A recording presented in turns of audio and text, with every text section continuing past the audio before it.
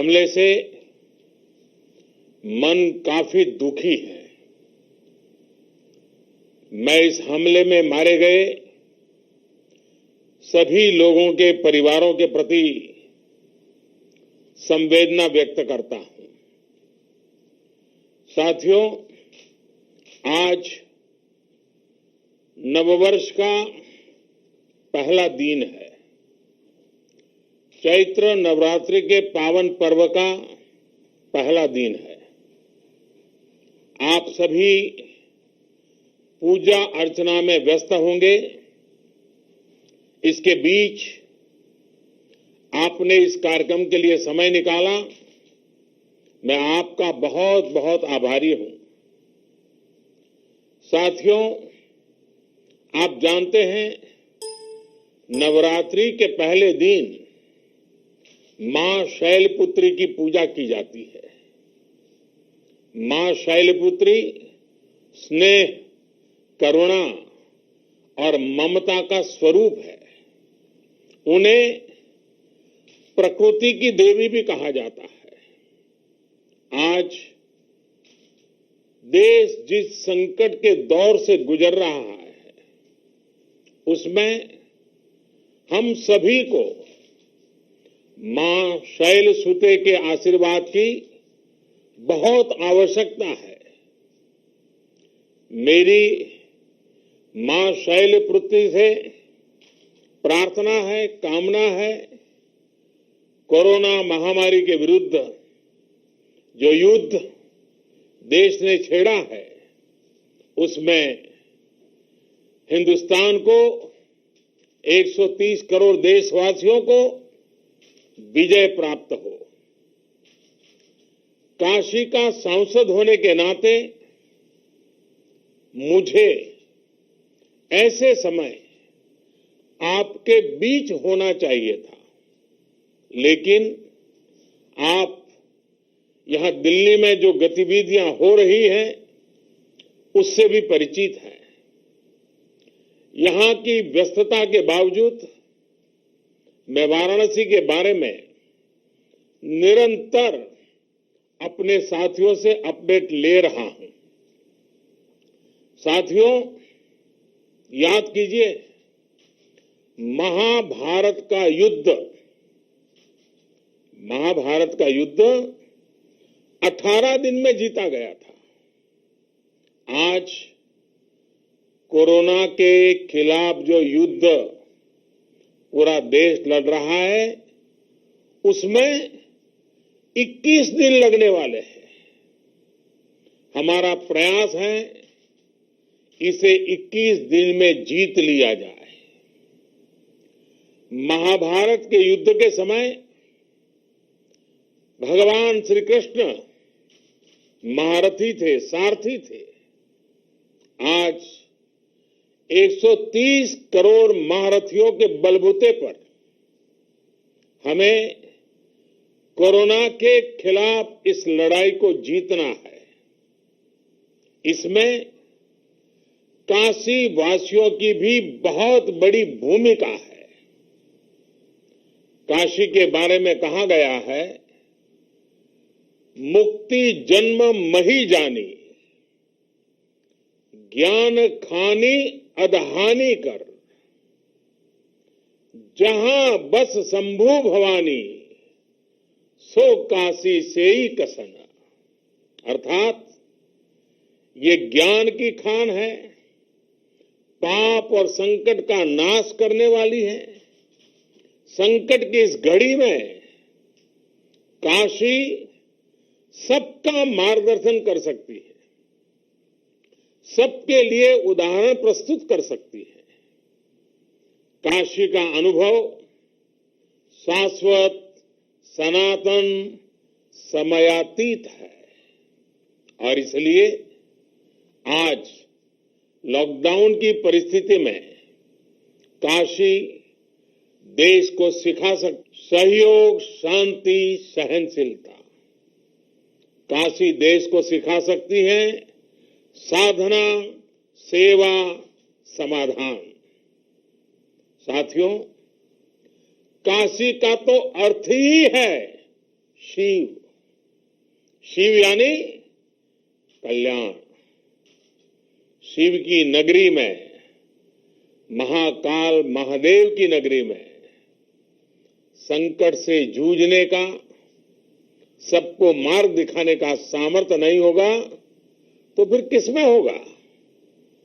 साथियों, कोरोना वैश्विक महामारी को देखते हुए देश भर में व्यापक तैयारी की जा रही है, लेकिन हम सबके लिए,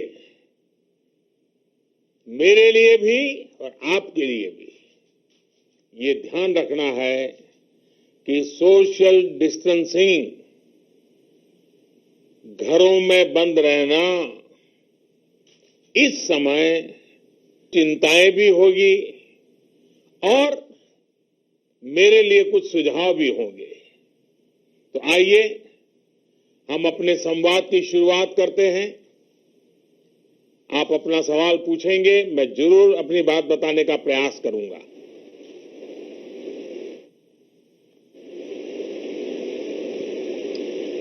हाँ, शुरू कीजिए।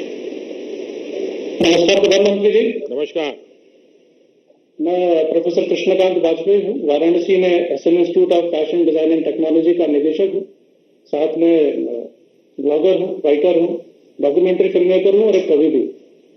और अभी वर्तमान में आपने जो युद्ध छेड़ा है कोरोना के खिलाफ, उसमें एक सैनिक हूँ और सैनिक होने के नाते हम लोग इन दिनों से काम कर रहे हैं, कुछ सामाजिक जागरूकता में भी लग रहे हैं। और उसमें पता चलता है, कई बार लोगों से जब बात करते हैं तो बहुत से लोग ऐसा कहते हैं कि ये बीमारी हम लोगों को नहीं हो सकती है, क्योंकि हमारा खान पान जिस तरीके का है, जैसा हमारा परिवेश है और जैसे रीति रिवाज है, परंपराएं हैं, और वातावरण, अभी गर्मी आने वाली है, ज्यादा गर्मी हो जाएगी तो वायरस खत्म हो जाएगा, हम लोगों को नहीं होगा। तो इसमें उदासीनता कई बार हो जाती है चीजों को लेकर, इसमें मार्गदर्शन करें। कृष्णकांत जी,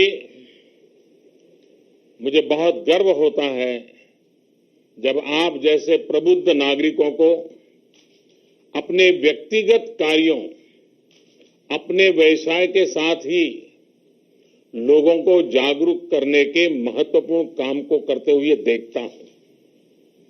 आपका ये सेवा भाव और समाज के प्रति ये संवेदना जरूर परिणाम लाएगी, जरूर हमें कोरोना के खिलाफ इस लड़ाई में विजय दिलाएगी। आपने जो बात कही वो सही है कि कई लोगों को इस बारे में कुछ गलत फहमी है। देखिए, मनुष्य का स्वभाव होता है कि जो कुछ भी सरल हो, खुद को जरा भाता हो, अनुकूल हो, उसे बस तुरंत स्वीकार कर लो। कोई बात आपको अपने पसंद की लगती है, आपको सूट करती है, तो आप उसे तुरंत सच मान लेते हैं।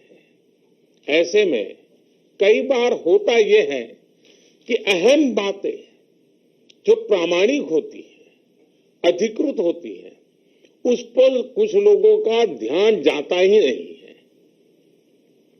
हमारे यहां भी कुछ लोगों के साथ यही हो रहा है। मेरा ऐसे लोगों से आग्रह है कि जितनी जल्दी हो सके अपनी गलत फहमी से बाहर निकले, सच्चाई को समझें।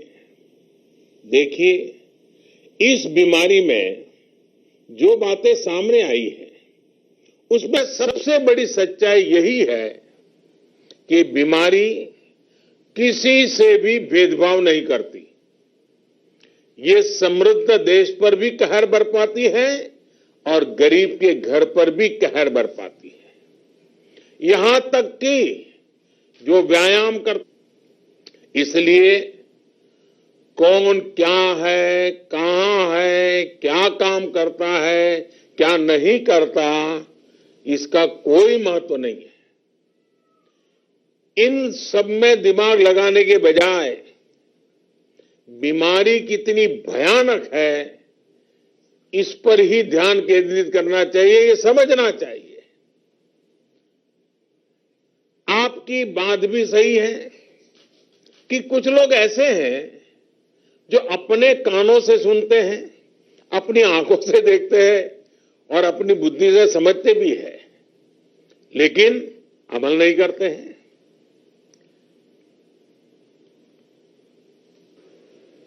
उनको कोई इन खतरों का पता ही नहीं होता है, बेफिक्री होते हैं। क्या सावधानी बरतनी है उन्हें ये भी पता नहीं, लेकिन वे उसे कभी अमल में लेना ही नहीं चाहते हैं। टीवी पर आपने कितनी बार देखा होगा, सिगरेट पीने से कैंसर होता है, गुटखा खाने से कैंसर होता है। कई बार ऐसा होता है कि लोग सिगरेट पीते पीते ही इस तरह के एडवर्टाइजमेंट देखते रहते हैं, लेकिन इसका उनके मन पर कोई प्रभाव ही नहीं पड़ता है।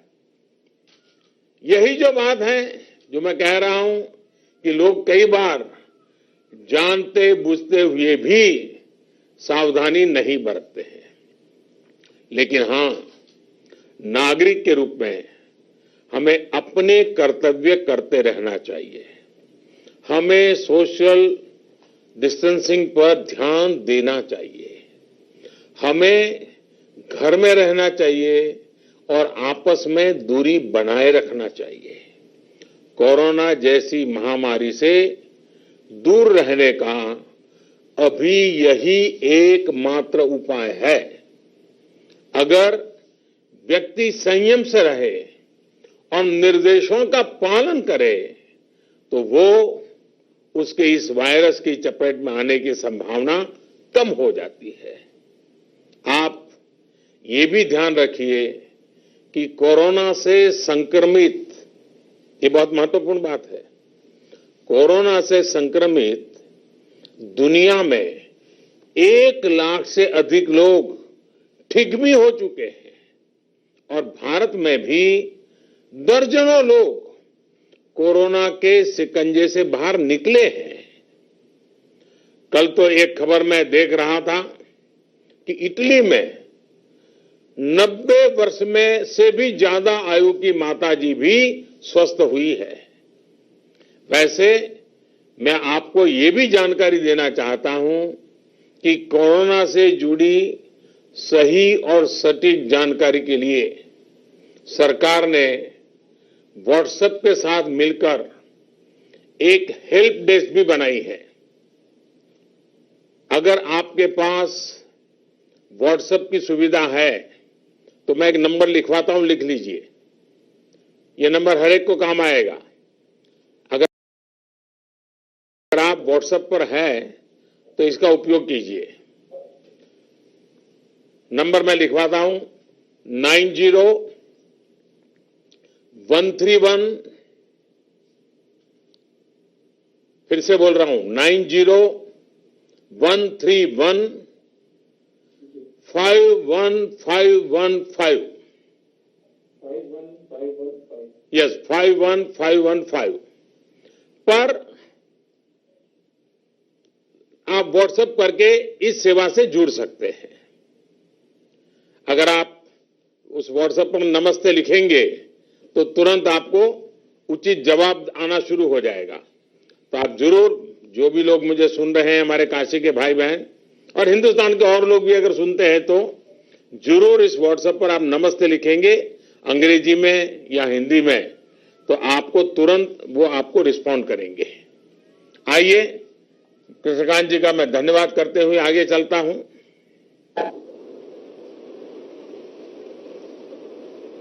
नमस्कार प्रधानमंत्री जी। नमस्ते जी। मेरा नाम मोहिनी छावर है। मैं एक सामाजिक कार्यकर्ता हूँ, दिव्यांगों और महिलाओं के लिए काम करती हूँ। सर, सोशल डिस्टेंसिंग का पालन तो सभी कर रहे हैं, लेकिन इससे कुछ आशंकाएं कई पैदा हो रही हैं। जैसे मीडिया से पता चला हमें कि देश के कुछ जगहों पे डॉक्टर्स, अस्पताल में काम करने वाले कर्मचारी, एयरलाइंस में काम करने वाले कर्मचारियों के साथ कोरोना के शक के साथ दुर्व्यवहार किया जा रहा है। ये सब बातें पता चलने पे बहुत पीड़ा का एहसास होता है और मन में बहुत ठेस पहुंचती है। बस ये जानना चाहती हूँ कि सरकार इसके लिए क्या कदम उठा रही है। मोहिनी जी, आपकी पीड़ा सही है, मेरी भी यही पीड़ा है। कल मैंने नर्सिस के साथ, डॉक्टर्स के साथ, लैब टेक्नीशियंस के साथ इन विषयों पर विस्तार से बात की है। इस देश के सामान्य मानवी का मन, अगर हम आमतौर पर देखें, मैं एक सामान्य जीवन की बात करता हूं, तो सही समय पर सही काम करने और जरूरी कदम उठाने में हमारे देश के लोग बहुत विश्वास रखते हैं।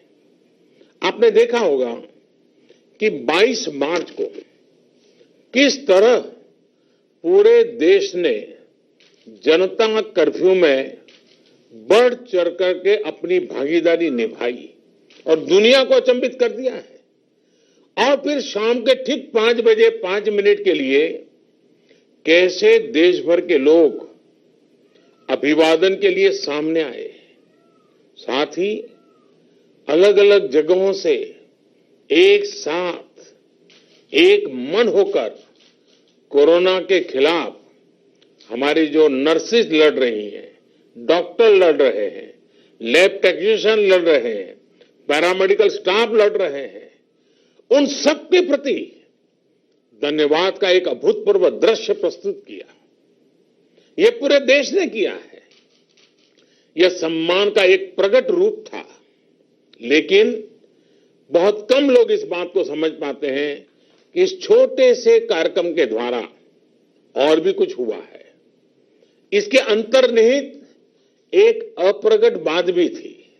और आप तो मोहिनी जी समाज सेवा में लुकी हुई है, तो इस बात को भली बात समझ सकती है।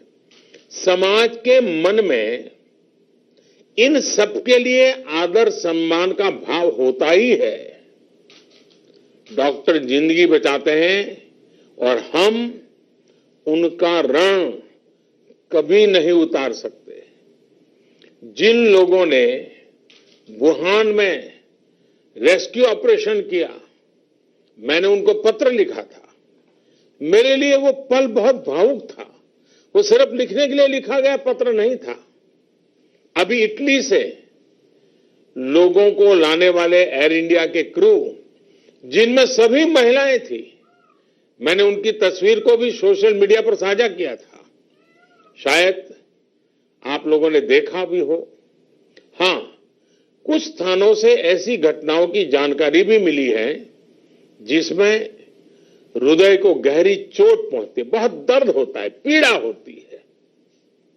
मेरी सभी नागरिकों से अपील है कि अगर ऐसी कोई गतिविधि कहीं दिखाई दे रही है,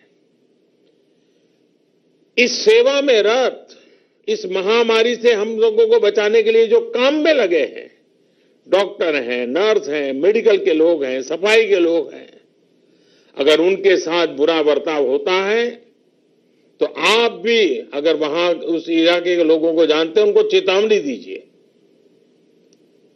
उनको समझाइए ये गलत कर रहे हैं, ऐसा नहीं कर सकते हैं। और जो भी सेवा कर रहे हैं उनकी हमने मदद करनी चाहिए और बताना चाहिए कि ऐसा नहीं होना चाहिए। और मैं आपको बता दूं, जब मुझे कल सब डॉक्टरों से बात कर रहा था, मुझे पता चला घटनाएं भले छुटपुट कहीं कहीं होगी, लेकिन मेरे लिए गंभीर है। और इसलिए मैंने तत्काल गृह विभाग को, राज्यों के सभी डीजीपी को सख्ती से काम करने के लिए कहा है कि ऐसे कोई भी व्यक्ति डॉक्टरों के साथ, नर्सों के साथ, सेवा करने वालों के साथ अगर इस प्रकार का कुछ भी करेंगे तो उनको बहुत महंगा पड़ेगा और सरकार सख्त कदम उठाएगी। संकट की इस घड़ी में मैं देशवासियों से ध्यान दोहराना चाहूंगा, आकर्षित करना चाहूंगा। संकट की इस घड़ी में अस्पतालों में इस समय सफेद कपड़ों में दिख रहे डॉक्टर, नर्स ईश्वर का ही रूप है। आज यही हमें मृत्यु से बचा रहे हैं। अपने जीवन को खतरों में डाल करके ये लोग हमारा जीवन बचा रहे हैं। साथियों, हमारे समाज में ये संस्कार दिनों दिन प्रबल होता रहे। ये हम सबका दायित्व है कि जो देश की सेवा करते हैं, जो देश के लिए खुद को खपाते हैं, उनका सार्वजनिक सम्मान हर पल होते रहना चाहिए। आपने देखा होगा कि बीते कुछ वर्षों में एक परंपरा हमारे सामने आती देखने को मिलती है। एयरपोर्ट पर जब फौज के जवान जाते हैं तो उनके सम्मान में लोग खड़े हो जाते हैं, तालियां भी बजाते हैं। ये आभार प्रकट करने का तरीका हमारे संस्कारों में दिनों दिन बढ़ता ही जाना चाहिए। मोहिनी जी, आप तो बहुत सेवा के कार्य में लगी हुई हैं। इन दिनों जरूर कुछ न कुछ आप भी करती होगी।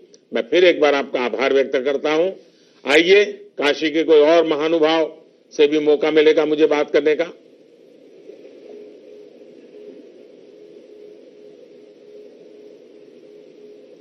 हाँ, बताइए। प्रणाम, मैं अखिलेश खेमका, मैं कपड़े का कारोबारी हूं और मैं अपने व्यापार के साथ साथ कुछ समाज सेवा का भी जरूरतमंदों की सेवा करता रहता हूं। मेरा ये मन में क्वेश्चन था कि आज के दिन जो लॉकडाउन हो गया है, इस वजह से बहुत से हमारे साथी लोग अपनी जगह पे अटक गए हैं तथा जो हमारे गरीब वर्ग के लोग हैं, जो प्रतिदिन मेहनत करके कमाते हैं, मजदूर, डेली बेसिस के स्टाफ, ये लोग के सामने एक मुश्किल आई हुई है। और अगर हमारे बनारस सहित हमारे वाराणसी से पूरे देश के जो इस गरीब वर्ग के लोग हैं, इन लोग पे विशेष ध्यान देने की जरूरत है। तो मैं आपसे एक ही निवेदन करता हूं कि हम लोग को मार्गदर्शन दें। हम लोग राष्ट्र के युवा और हम लोग जो समाज के लोग हैं, किस रूप में हम इन लोगों की मदद कर सकते हैं। काशी में बात होती हो और कपड़े वाले से बात न हो तो बात अधूरी रह जाती है। और अखिलेश जी, मुझे खुशी है कि आप व्यापारी हैं, लेकिन आपने सवाल गरीबों का पूछा। मैं बहुत आभारी हूं आपका। कोरोना को पराजित करने के लिए एक रणनीति के तहत एक्सपर्ट से मिले दिशा निर्देशों के मुताबिक ही ये कहा जा रहा है कि हर व्यक्ति दूसरे से कम 1-1.5 मीटर की दूरी पर रहे। ये कोरोना के खिलाफ इस बड़ी लड़ाई की सैन्य नीति है। मैं इसको सैन्य नीति कहता हूं। साथियों, हम इस बात पर विश्वास करने वाले लोग हैं जो मानते हैं कि मनुष्य ईश्वर का ही अंश है। व्यक्ति मात्र में ईश्वर का वास है। यही हमारे संस्कार हैं, यही हमारी संस्कृति है। कोरोना वायरस न हमारी संस्कृति को मिटा सकता है और न ही हमारे संस्कार मिटा सकता है। और इसलिए संकट के समय हमारी संवेदनाएं और जागृत हो जाती है। कोरोना के जवाब देने का दूसरा एक ताकतवर तरीका है और वो तरीका है करुणा। कोरोना का जवाब करुणा से।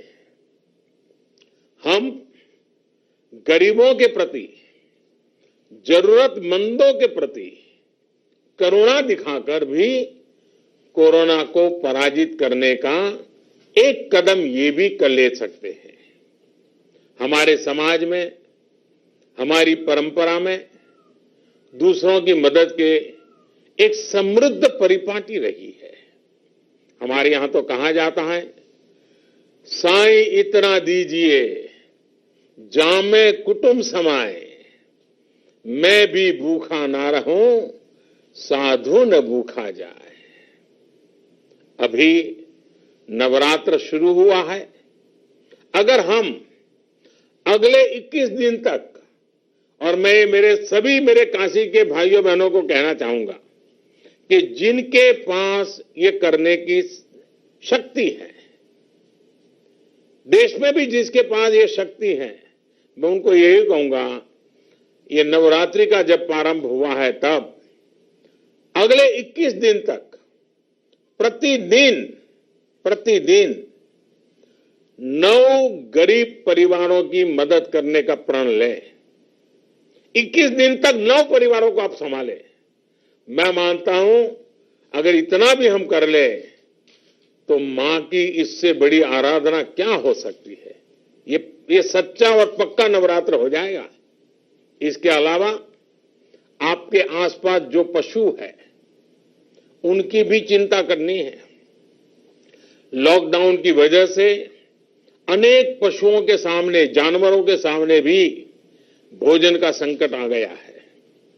मेरी लोगों से प्रार्थना है कि अपने आसपास के पशुओं का भी ध्यान रखें। अखिलेश जी, अगर मैं कहूं कि सब कुछ ठीक है, सब कुछ सही है, तो मैं मानता हूं कि मैं खुद को भी धोखा देने वाली बात कर रहा हूं। इस समय केंद्र सरकार हो या राज्य सरकारें, जितना ज्यादा हो सके, जितना अच्छा हो सके, इसके लिए भरसक प्रयास कर रही है।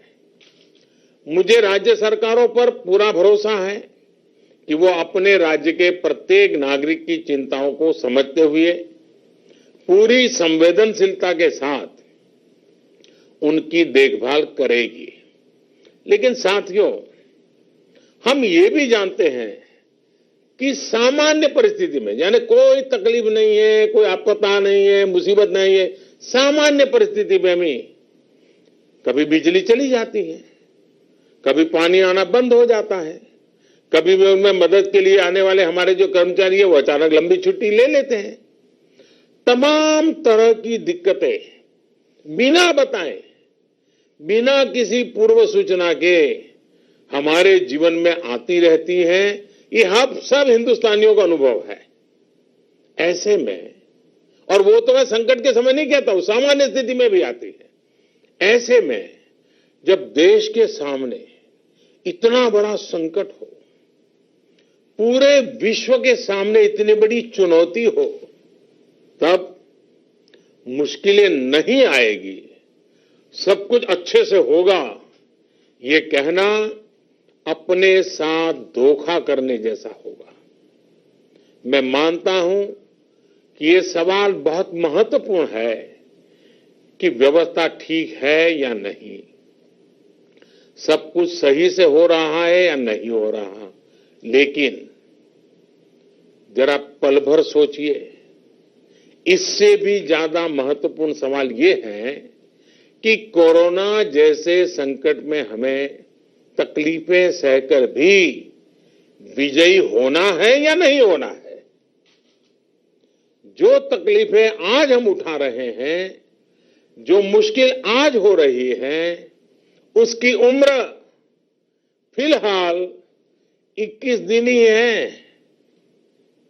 लेकिन अगर कोरोना का संकट समाप्त नहीं हुआ, इसका फैलना नहीं रुका, तो फिर ये संकट, ये तकलीफें कितना ज्यादा नुकसान हो सकता है, इसका अंदाजा भी नहीं लगाया जा सकता। ऐसे कठिन समय में प्रशासन के द्वारा, नागरिकों के द्वारा, सिविल सोसाइटी के द्वारा, सामाजिक संगठन, सांस्कृतिक संगठन, धार्मिक संगठन, राजनीतिक संगठन, सब कोई जो भी कार्य कर रहे हैं, सराहनीय कार्य किए जा रहे हैं, उसे ज्यादा से ज्यादा प्रोत्साहित किए जाने की आवश्यकता है।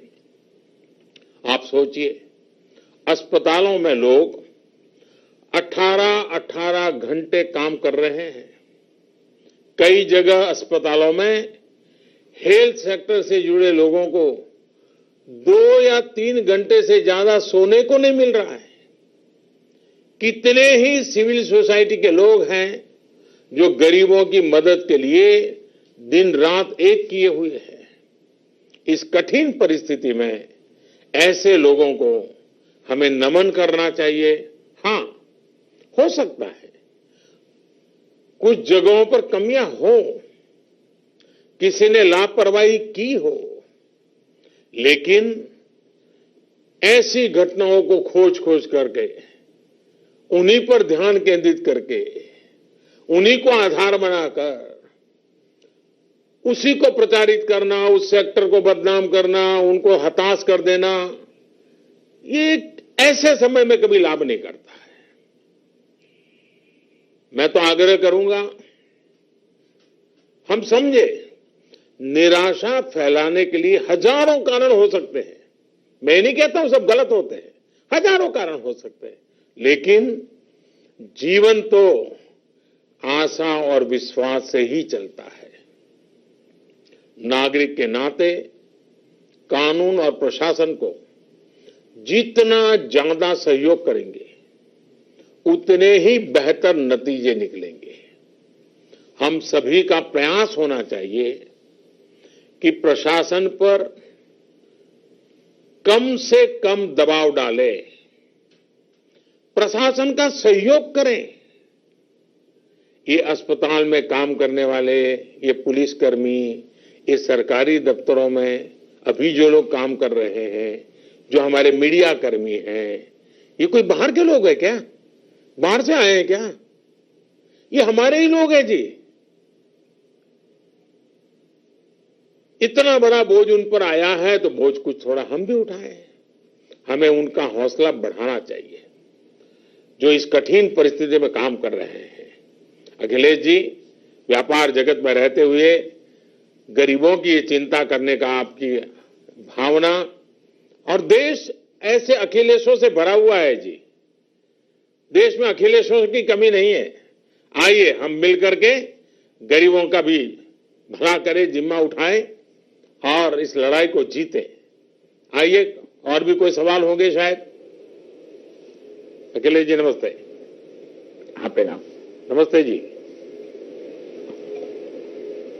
आपका आवाज नहीं सुनाई दे रही है, आपकी आवाज नहीं सुनाई दे रही है।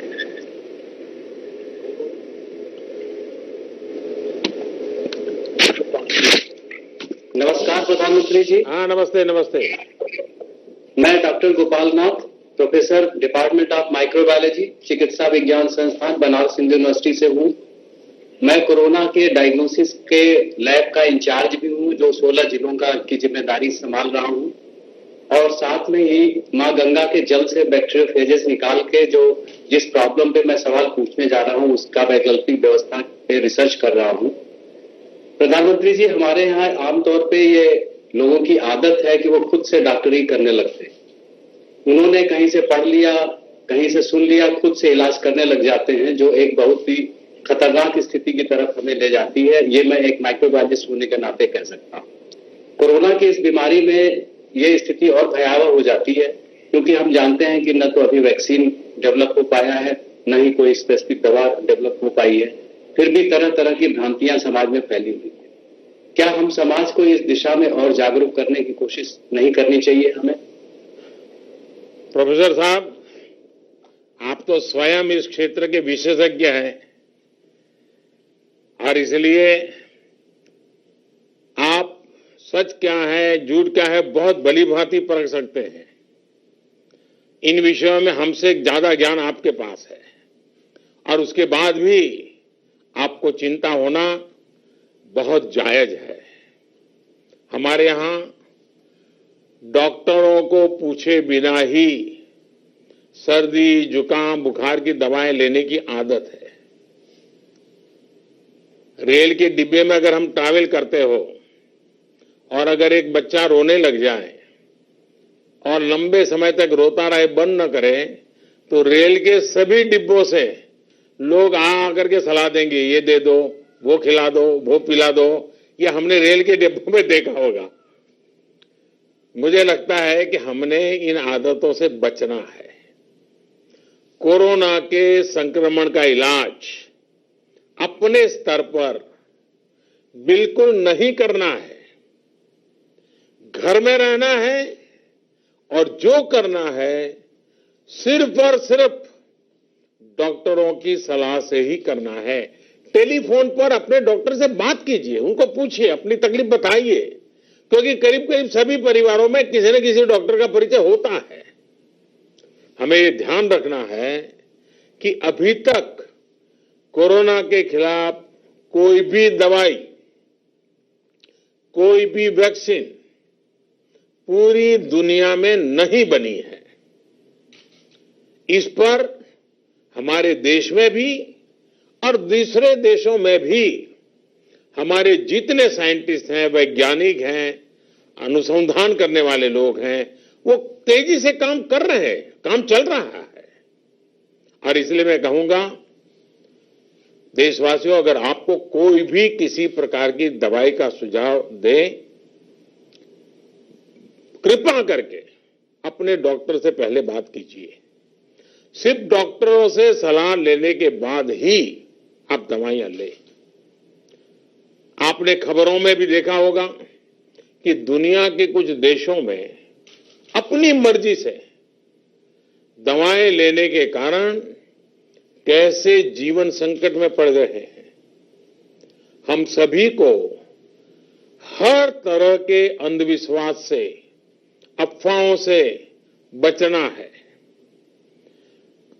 डॉक्टर गोपाल जी, मैं आपका आभारी हूं क्योंकि आप तो विज्ञान के साथ जुड़े हुए हैं और गंगा की चिंता कर रहे हैं, और ये जो समाज जीवन में चल रहा है इसकी आपको काफी चिंता हो रही है, लेकिन मुझे विश्वास है कि हमें लोगों को समझाना होगा। आइए, गोपाल जी का धन्यवाद करते हुए अगला एक सवाल कौन है जी?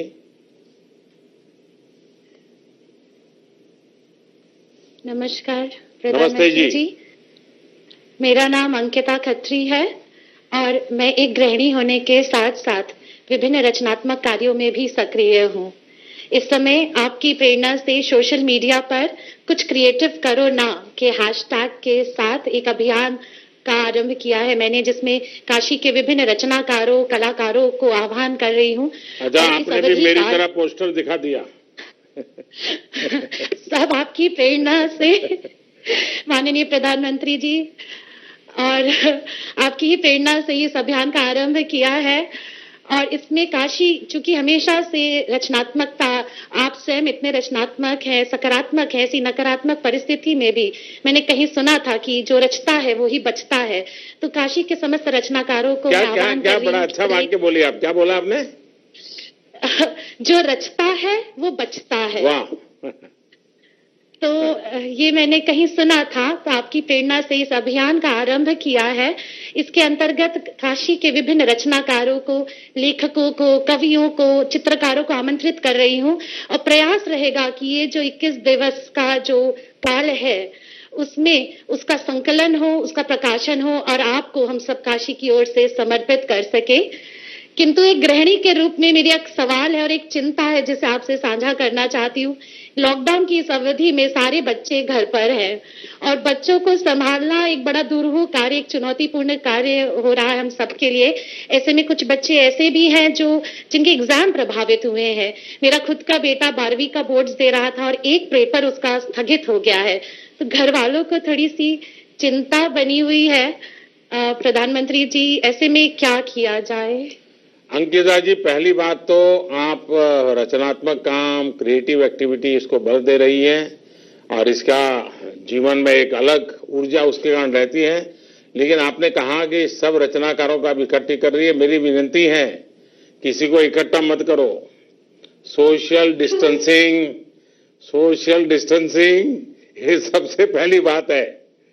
हाँ, आप ऑनलाइन सबसे अपनी कला उसका मांगिए, आप संकलन कीजिए और कल्पना अच्छी है। जो इस भाव के लोग हैं उनकी रचनाएं, उनकी चीजें जरूर देश को काम आएगी। और ये सही है कि आपदा बहुत बड़ी है, लेकिन आपदा को अवसर में बदलना ही मानव जीवन की विशेषता है। इन दिनों सोशल मीडिया में आप लॉकडाउन का एक और प्रभाव देखने को मिल रहा है। बहुत से लोग ट्विटर पर, फेसबुक पर, इंस्टाग्राम पर विस्तार से बता रहे हैं कि कैसे वो अपने बच्चों के साथ ज्यादा समय बिता रहे हैं। ये सही है कि पहले संयुक्त परिवार होता था तो बच्चों को संभालने का काम दादा दादी कर लेते थे। आज जरा छोटे परिवार हो गए तो मुश्किल स्वाभाविक है। लेकिन आपने देखा होगा टीवी में, इलेक्ट्रॉनिक मीडिया में, रेडियो पर इसे लेकर कई नए नए शो बन रहे हैं। हमारे देश के मीडिया में भी क्रिएटिविटी है। उन्होंने लोगों को एंगेज रखने के लिए, लोगों को घरों में है तो क्या करना चाहिए, बड़ा अच्छे ढंग से इतने कम समय में उन्होंने किया है। और एक लॉकडाउन में नई नई बातें वो दिखा रहे हैं, सिखा रहे हैं। इस सब के बीच मेरे मन को कुछ और बातों ने भी बहुत प्रभावित किया है। मैं देख रहा हूं कि मानव जाति कैसे इस वैश्विक संकट से जीतने के लिए एक साथ आ गई है, और इसमें भी सबसे बड़ी भूमिका निभा रही है हमारी बाल सेना, बालकों की सेना। मैंने ऐसे वीडियो देखे जिसमें 4-4, 5-5 साल के बच्चे माता पिता को समझा रहे हैं कि कैसे हाथ धोना है, बाहर नहीं निकलना है, ऐसा नहीं करना है, वैसा नहीं करना है। बालक समझा रहे हैं। छोटे छोटे बालक बालिकाएं इस संकट पर अपनी प्रतिक्रियाएं दे रही है। मैं ऐसे वीडियो सोशल मीडिया पर मैं काफी बिजी एंगेज रहता हूं, कभी मुझे अच्छा लगता है क्योंकि सामान्य जन से जुड़ता हूं। तो इन दिनों मैंने देखा कई परिवारों ने अपनी इस प्रकार की चीजें अपने बच्चों की सोशल मीडिया पर रखी है, और घर में बच्चों की वीडियो बना बना करके वो अब तो मोबाइल फोन पर बन जाती है। मैंने जो देखी है, मैं कोशिश करूंगा, और अगर डिलीट ना हो गई हो तो मैं इसको इकट्ठा करके जरूर आज शेयर करूंगा। आपने अच्छा आइडिया दिया है, 1-2 दिन में जरूर मैं कर दूंगा। अगर आज मौका मिला तो आज कर लूंगा। और आप सब देखिए, जरूर देखिए, ये बहुत बड़ी बच्चों ने कैसी कमाल कर दी है, पता चलेगा। आपको याद होगा जब मैंने स्वच्छता की बात की थी, स्वच्छ भारत अभियान शुरू किया था, तो आपने हर घर में देखा होगा बच्चों ने एक तरह से इस अभियान की कमाल संभाल ली थी। आज के बच्चों की, आज की युवा पीढ़ी की ये शक्ति मुझे तो बहुत प्रभावित करती है। मैं उनकी टैलेंट, उनका सोचने का तरीका, मुझे बड़ा आनंद आता है।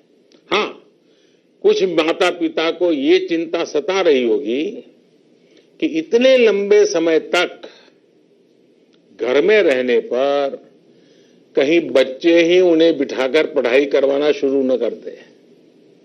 उनको यही डर लग रहा है। वैसे, और मुझे पक्का विश्वास है ये बच्चे अपने माँ बाप को कुछ न कुछ पढ़ा के रहेंगे। 21 दिन में बहुत कुछ सिखा देंगे। वैसे साथियों, मैं नमो ऐप पर आप सबके सुझाव और फीडबैक भी निरंतर पढ़ रहा हूं। श्री ओम प्रकाश ठाकुर जी, मुकेश दास जी, प्रभांशु जी, अमित पांडे जी, कविता जी, देश के अलग अलग हिस्सों में अलग अलग लोगों ने अपने अपने तरीके से ये सुझाव दिए हैं कि लॉकडाउन को सख्ती के साथ और लंबे समय के लिए लागू किया जाए। केवल आप ही नहीं, पूरे देश से आप ही की तरह हजारों प्रबुद्ध नागरिकों ने भी फेसबुक, ट्विटर, इंस्टाग्राम और यूट्यूब पर इस महामारी से निपटने के लिए यही सलाह दी है, अपील की है। जब हमारे देशवासियों में खुद से ही ये संकल्प, ये समझदारी हो, इस चुनौती से जूझने की ये दृढ़ इच्छा शक्ति हो, तो मुझे पूरा भरोसा है कि देश इस महामारी को जरूर हराएगा। अंत में फिर आपसे कहूंगा कि आप सब मेरे काशीवासी, मैं थोड़ा नहीं आ पाया हूं आपके बीच में, मुझे क्षमा करें, लेकिन आप खुद को सुरक्षित रखें, देश को भी सुरक्षित रखें। एक बड़ी लड़ाई है जिसमें बनारस के लोगों को भी अपना पूरा योगदान देना है, पूरे देश को मार्ग दिखाना है। सभी काशीवासियों को आज फिर एक बार दिल्ली से मैं प्रणाम करता हूं, और मुझे विश्वास है कि आपने हमेशा काशी को संभाला है, आगे भी आप काशी को संभालेंगे, ये मुझे पूरा विश्वास है। आप सबका बहुत बहुत धन्यवाद।